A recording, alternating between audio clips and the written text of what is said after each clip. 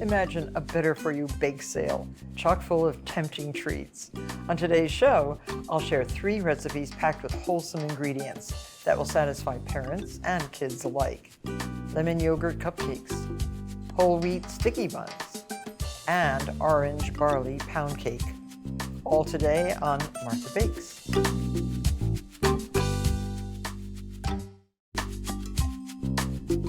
Yogurt can elevate almost any baked good, and Homa Dashtaki's passion for yogurt making is contagious.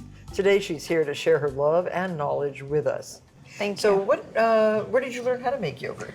So I've been making yogurt my whole life. I learned it kind of through osmosis from watching my dad do it, my mom do it. So it's just It was part of the household? It was just part of the household. Yeah, and everybody made yogurt? Everybody made yogurt. Where? So my family is from Iran, and then when we immigrated here to California. How old were you? I was 8. Oh. Yeah. But all the time in California too, you made your yogurt. Yeah, and we made yogurt at home, and being like a typical kid, I didn't want the yogurt we made at home, and I wanted all the store-bought, cute yogurt. With strawberries and blueberry jams. Exactly. Right? And I never thought I would be making this, for myself, using our family tradition, and then it just happened by accident. So is it a secret? It feels like a secret, but I didn't invent this. You know, this has been done for thousands of years by many generations. So as much as I'd like to, I can't take credit for it. But in Iran, do they use cow milk? They use cow milk, they use sheep's milk, and they use goat milk. And then we have always just used cow's milk, and that's my preference. So this is the Greek style? Yes, this is the Greek style yogurt. It is hand strained. Yes, please. I just want to show how thick it is. It will not fall off your spoon. So, really good. We manipulate the temperature and the probiotics that are in there. So if it's warmer, it actually makes for a tangier yogurt. Oh, I see. So our Persian is slightly tangier. So this is the one that I always eat, and this will fall off the spoon. Well, it's traditional, typical Iranian style. It's like a saucy consistency because we have our yogurt with food or as a condiment or as a sauce. That is delicious. And then what is this very thick one? This one is a labna. Labna is strained for about 48 hours, and we do about it's like heavy whipped cream. Right.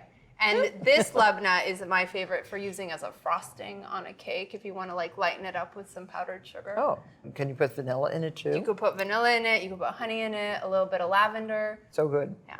So, and that is it's like a mascarpone style, and we also put savory spices and za'atar, spread it on pita or crackers, or use it as a dip for carrots, celery. This is so good. Right. So this is the whey that results from all of that straining process. So the Persian yogurt is not strained at all. So it has all the solids and the whey in it. And as we strain to this consistency and then that consistency, we're left with that whey Are you straining liquid. in what? I mean, traditionally it was cheesecloth probably. We're still straining in cheesecloth. You're cotton cheesecloth. Yeah, we're doing it the hard way. It's so inefficient. It's insane. But it's a lot of fun, and I find this to be the real gem of all of this. This is like this golden elixir that's full of calcium, probiotics, so good for you, so light. So this is the milk fats. It has all the protein and the fats stay in the cheesecloth. So in the typical small little jar, how many calories would you say? So it's hard because it changes season to season and batch to batch. Oh, because of the cows? Milk in wintertime is different than milk in summertime. And even green grass is better than hay. And yeah. So what are you doing with the whey? Traditionally, we just drank it plain, and it tastes very tangy and lemony and I don't think I've had plain old whey. Martha, you can chug from that bottle if you like. I drink that. Yeah. I drink buttermilk. Right. And that's a very similar taste without any of the solids. It's just yogurt water. I would substitute the whey for buttermilk in any recipe that I had. Yeah. Yogurt is a very acidic food product, so the whey is also acidic. And that tenderizes Are you selling whey? Yep. We sell it as a drink. We add it just natural fruit juices.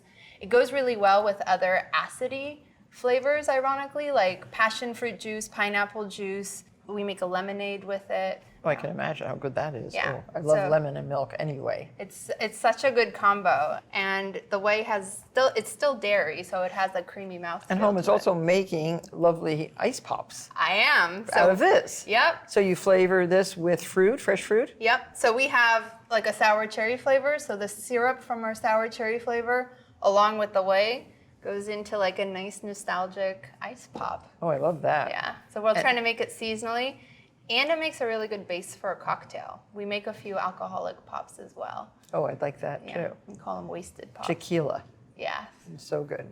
So what are your favorite tips for baking with yogurt, labna, or any of these things? All right. So my favorite tip for baking with the labna is to use it as a icing on top. Yogurt tends to curdle sometimes when you cook it, so I would try not to heat up the yogurt as much as I can. As far as baking, the whey is an amazing substitute anytime you use water in a recipe. And how do you make your yogurt? Do you make great quantities of it? No, we still make it pretty small batch. We started out making 8 gallons a weekend, and now we make about 80 gallons a day. And we heat up the milk, and then we transfer everything to 5-gallon bowls where we incubate it and then strain it. From start to finish, my yogurt takes 3 days to make, because we just use thyme almost as the most important ingredient. Well, this is so interesting, and I can't wait to try using whey in my baking on a regular basis. Thank you so much. These lemon yogurt cupcakes rely on yogurt to keep them moist and tender. With more wholesome ingredients, they're sure to meet Mom's approval. Plus, they have pink swirls of fresh raspberry frosting that the kids will find irresistible. This cupcake batter is very easy to put together, and it uses some ingredients that we haven't used before. White whole wheat flour, for example, 1 3/4 cups. Milled from hard white spring wheat, this whole grain flour gives baked goods a milder flavor and a slightly softer texture than traditional whole wheat flour. In most cases, it can be substituted for at least half of the all-purpose flour in a recipe. And into the white whole wheat flour, add half a teaspoon of salt, 1 1/4 teaspoons of baking powder, and 1/4 teaspoon of baking soda. That's because we're using yogurt. So mix these up. This will be your dry ingredients. And in the bowl of your mixer, cream 4 tablespoons of butter with 3/4 cup of granulated sugar. Add 1 teaspoon of your best vanilla. Once it does get well mixed, add 1 large egg. If the butter is room temperature, it will beat into the sugar very nicely and quickly. And when we add the egg, you'll get a nice frothy, creamy mixture. I have my cupcake papers already in a cupcake tin. This makes 12. And using a scoop does enable you to make uniform-sized cupcakes. I've zested 1 whole lemon, and I'm going to just put that in there. And we need the juice of the lemon, about 2 teaspoons of juice. And we can add that right to our yogurt, 1 1/2 cups of regular, unflavored, unsweetened yogurt. And you alternate the dry ingredients with the wet ingredients. Simple batter, but very flavorful. And this is your batter. Divide evenly amongst 12 cake liners. And paper cupcake liners come in such great colors and themes, and I've chosen a pretty pinkish reddish paper. So at this point, your oven should be preheated to 350 degrees. These are going to take about 18 minutes to bake. So we're going to make a delicious raspberry icing for our yogurt cupcakes. So in a strainer or in a small food processor, puree berries, and once you use the food processor, you have to put them through a strainer to get rid of all these seeds. So might as well just do it in the strainer with a rubber scraper. It goes very quickly. And this you're going to add to your icing. 1 1/2 sticks of room temperature unsalted butter. Cream that. Sift your 10x or confectioner sugar, and we have 2 cups. Confectioner sugar is naturally lumpy as it sits in its box. And if you try to make a fine icing, you're going to find that it's a little bit lumpy, and it'll take a long time to smooth out on the mixer. So just put it through a strainer and add this to your butter, a little bit at a time. See how nice and fluffy it is? And you can add your raspberry. Ooh, what a color. And if you're adept at using a pastry bag and tip, this is the time to get it out and just do a very simple design atop the cupcakes. Goes fast.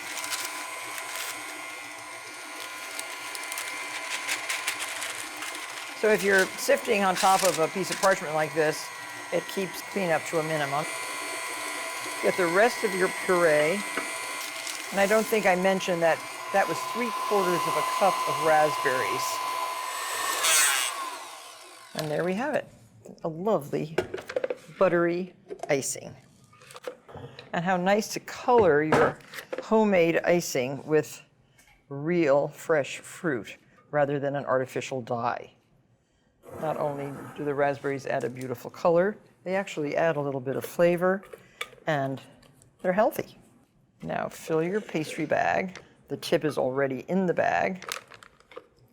And just put all the icing into the bag so you don't have to refill again. So that can stay right here. And now, figure out before you start how you want to ice your cupcakes. Do you want to go around, or do you want to do one big blob? I think I'll do one big round blob. This is a 3/4 of an inch round tip. And we want to use up all the icing because what good will it be to have leftover? There. Those look so pretty, but I think they'll look even better with a raspberry on top. Put them on your pedestal and they're ready to serve. Refrigerate these or serve them right away. These lemon yogurt cupcakes will be a surefire hit at your next bake sale. Sticky buns are a much-loved breakfast treat, and they're now better than ever with a higher ratio of whole wheat flour. These brown sugar glazed sticky buns have a richer, more caramel-like flavor than ones that you're probably used to eating. And the addition of wheat germ also adds a little bit of extra fiber. We have in our mixing bowl 3/4 of a cup of all-purpose flour. Combine with that 1 1/4 cup of whole wheat flour. And you can just mix that up a little bit with the dough hook. The mixer's fitted with a dough hook, which incorporates all the ingredients very nicely. Now add to a 1/2 cup of warm water, 1/2 of an envelope of yeast. You can use quick rising, you can use fresh yeast, or this active dry yeast. So let that bubble up a little bit. 1/2 teaspoon of salt goes in our bowl. 2 tablespoons of light brown sugar. 2 tablespoons of toasted wheat germ. And mix that up a little bit. I'm going to add my butter, 2 tablespoons of melted butter to the yeast, and 1 egg. So this can get all mixed in the bowl. Prepare a large bowl with butter, just butter the whole inside, and just mix until the dough is elastic and smooth, and that takes anywhere from 3 to 5 minutes. And this dough is almost ready. It's starting to pull away from the sides of the bowl, which is what you want. This first rise, which is fermentation, usually takes about 1 to 1.5 hours. And it's important to keep the dough warm in a draft-free place while it rises, or it will take much, much longer.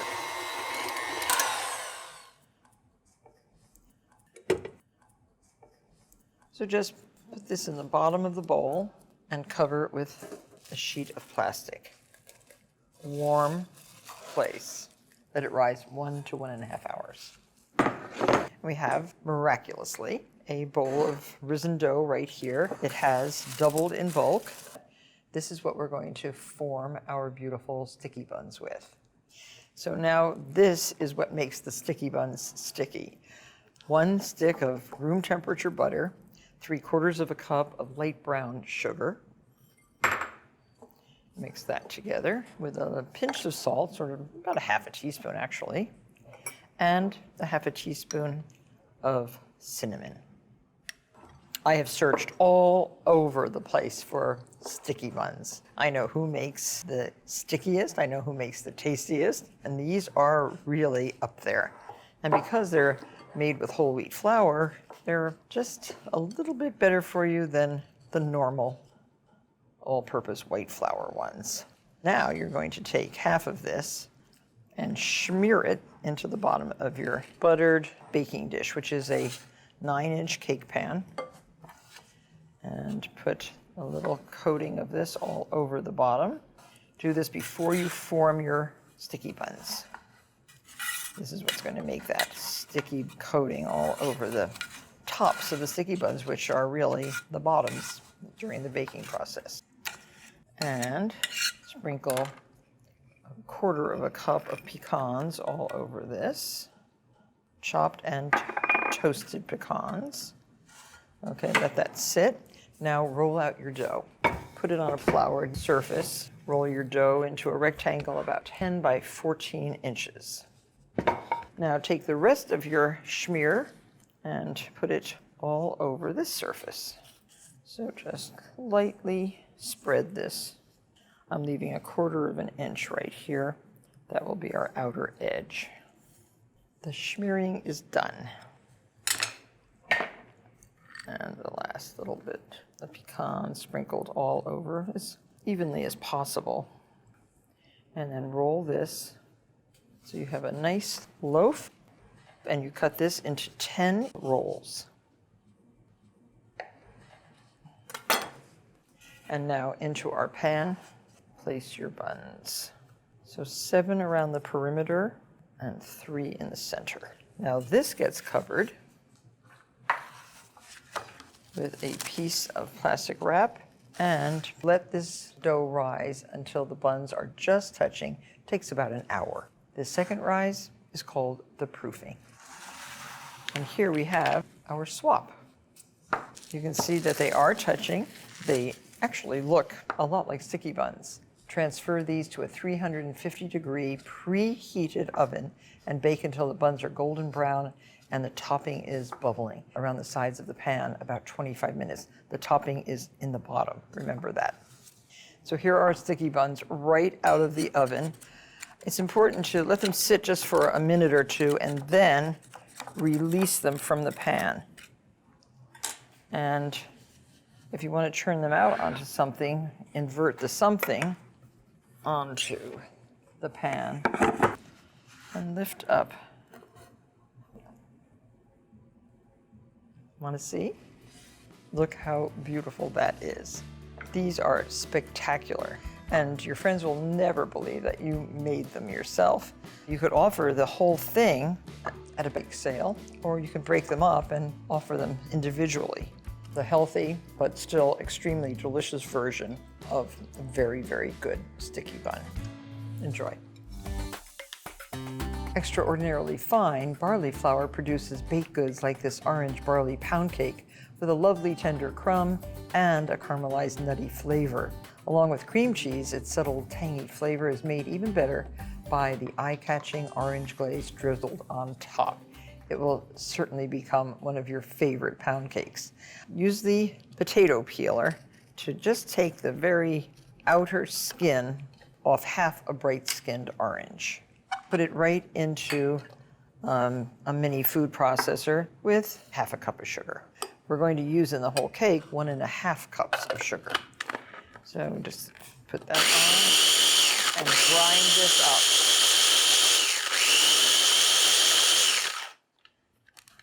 So this is orange sugar, which we'll add to the batter. So in the bowl of your mixer, cream 1.5 sticks of butter. Add your 1.5 cups of sugar including your orange flavored sugar.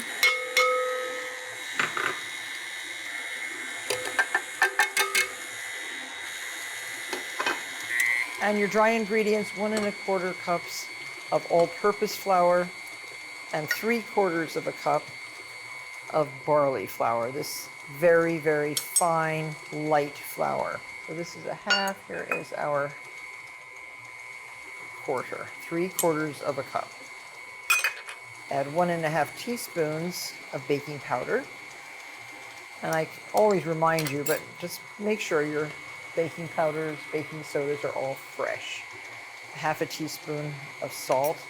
Baking powder is a chemical leavener and it produces a carbon dioxide gas with a liquid, and the resulting bubbles cause the cake to rise. Now you can add 4 ounces of cream cheese to the butter mixture. You can add your vanilla, 1 teaspoon.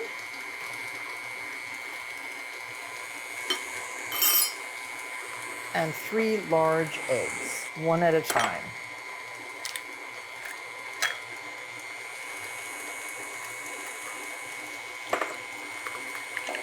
Now the reason for breaking eggs individually into a separate bowl is what if, perchance, the egg is no good.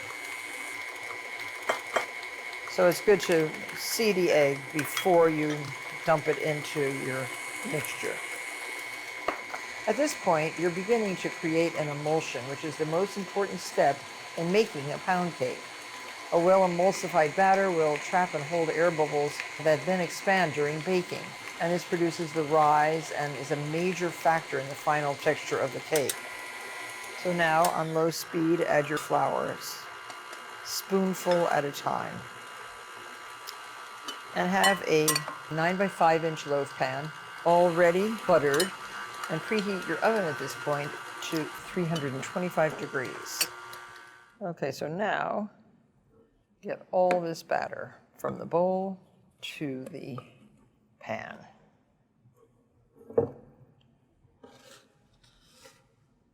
And really get the batter into all corners of your pan. Smooth out the top.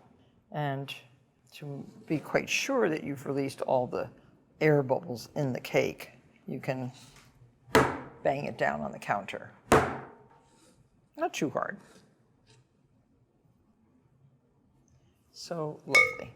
Put this right into a 325-degree oven. Bake until golden brown and a tester comes out clean. Now that's going to take 1 hour and about 15 minutes, so set your timer. Now I promised to glaze this cake with a delicious orange glaze. 1 cup of confectioner's sugar, 2 teaspoons of orange juice, and about a teaspoon of orange liqueur. And mix these up and just pour this right on top of the cake. And you can spread it with a spatula. And you can beautify it with some fine strips of brightly colored orange peel. Once you're satisfied, you can put your cake right on a platter and serve. This undoubtedly will become everyone's new favorite pound cake. Thank you very much, all of you, for joining me on Martha Bakes. I look forward to seeing you next time. Start off with flour, baking soda, baking powder, salt, sugar, and cold butter. To this mixture, we're going to be adding the whey. Whey has a nice tangy taste to it. Just fold in the whey. Take a little bit and plop it into a pan of flour. I'm putting these into a buttered pan. Once the biscuits are baked, I love to eat them with a dollop of labneh. And that's the biscuit.